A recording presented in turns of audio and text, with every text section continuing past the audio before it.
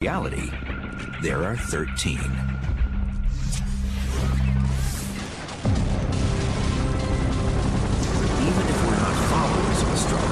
Most of us know what our astrological sign is.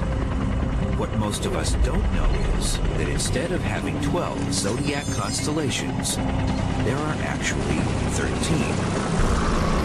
Ophiuchus, which is Greek for the serpent bearer, is our forgotten sign. It has 55 visible stars and is home to Bernard's star, which is the fastest moving star through our night sky. Nestled between Scorpius and Sagittarius, Ophiuchus dwarfs the constellations it surrounds.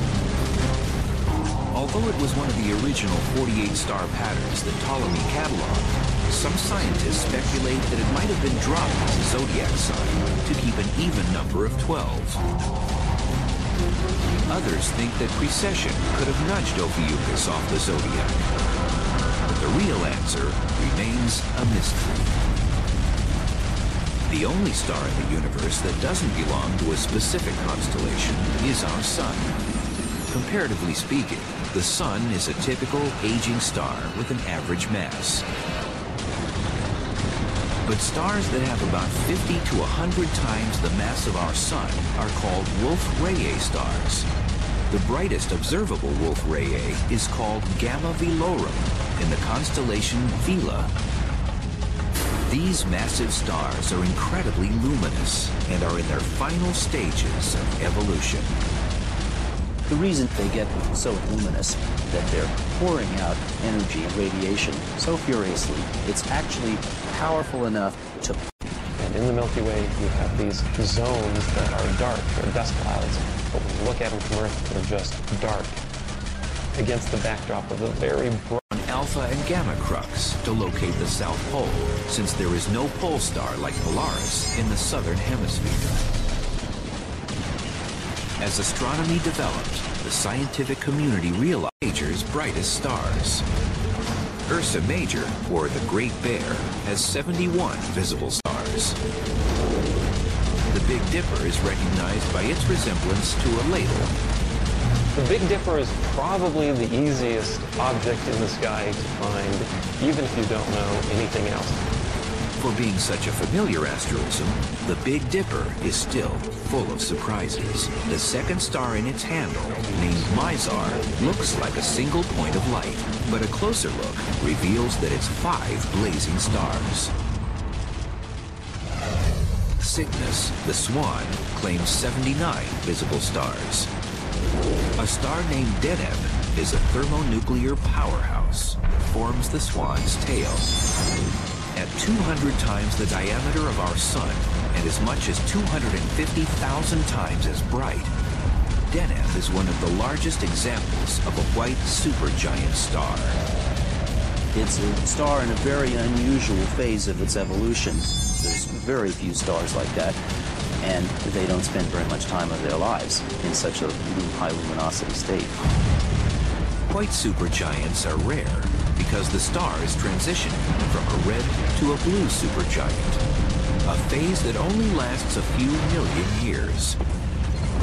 This may sound like a long time by human standards, but for a star, it's less than 1% of its lifetime. For a constellation named after a graceful bird, Cygnus bears the scars of a violent past. So Cygnus is also home to something called the Cygnus Loop, which is a supernova remnant. There was a star that blew itself to bits, basically. A gaping black hole called Cygnus X1 lies in the Swan's heart. Cygnus X1 is an 8.7 solar mass black hole, so it's 8.7 times the mass of our Sun, that's orbiting another star.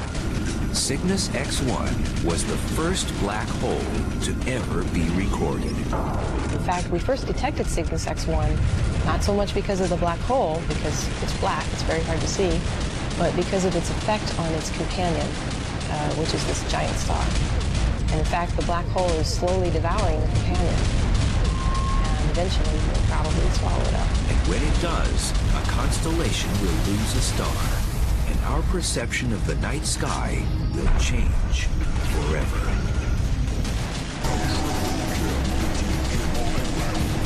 night sky is in constant change.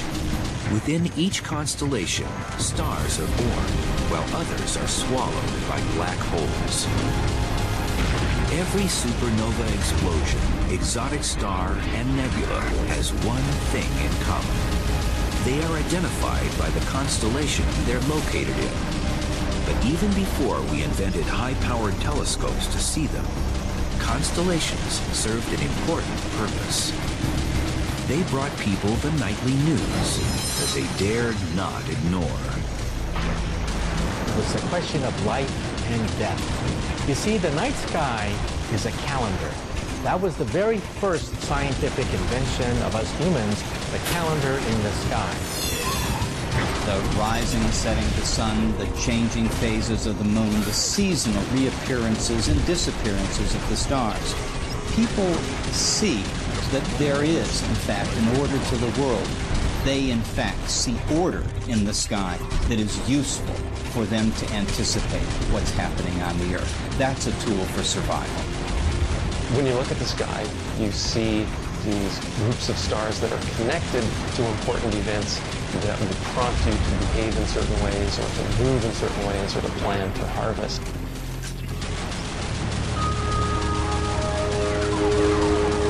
Besides seeing the pattern of stars changing with the seasons, the ancients made another crucial observation. The shifting stellar canopy shaped their world. Travelers who went a long way south, for example, from Greece, started being able to see different constellations from any of the constellations that have been visible in their hometown. So it's telling you that you're really moving on a curved surface and changing your perspective. Today we understand the shape of the Earth and the parade of the seasons. But constellations haven't outlived their usefulness. Instead of telling us about the Earth, they're helping us make sense of the stars. A constellation is a lot like an art museum.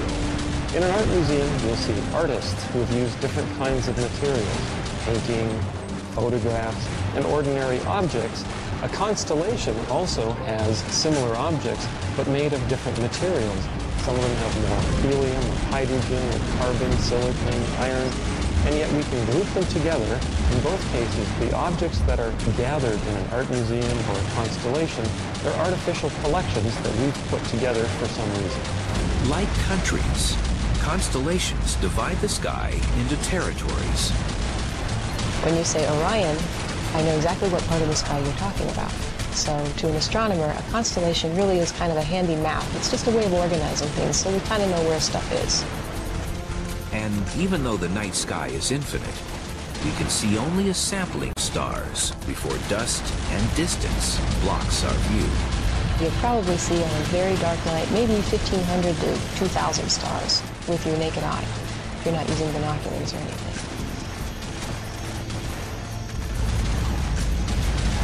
So what we're seeing is only a tiny, tiny fraction of what's really out there.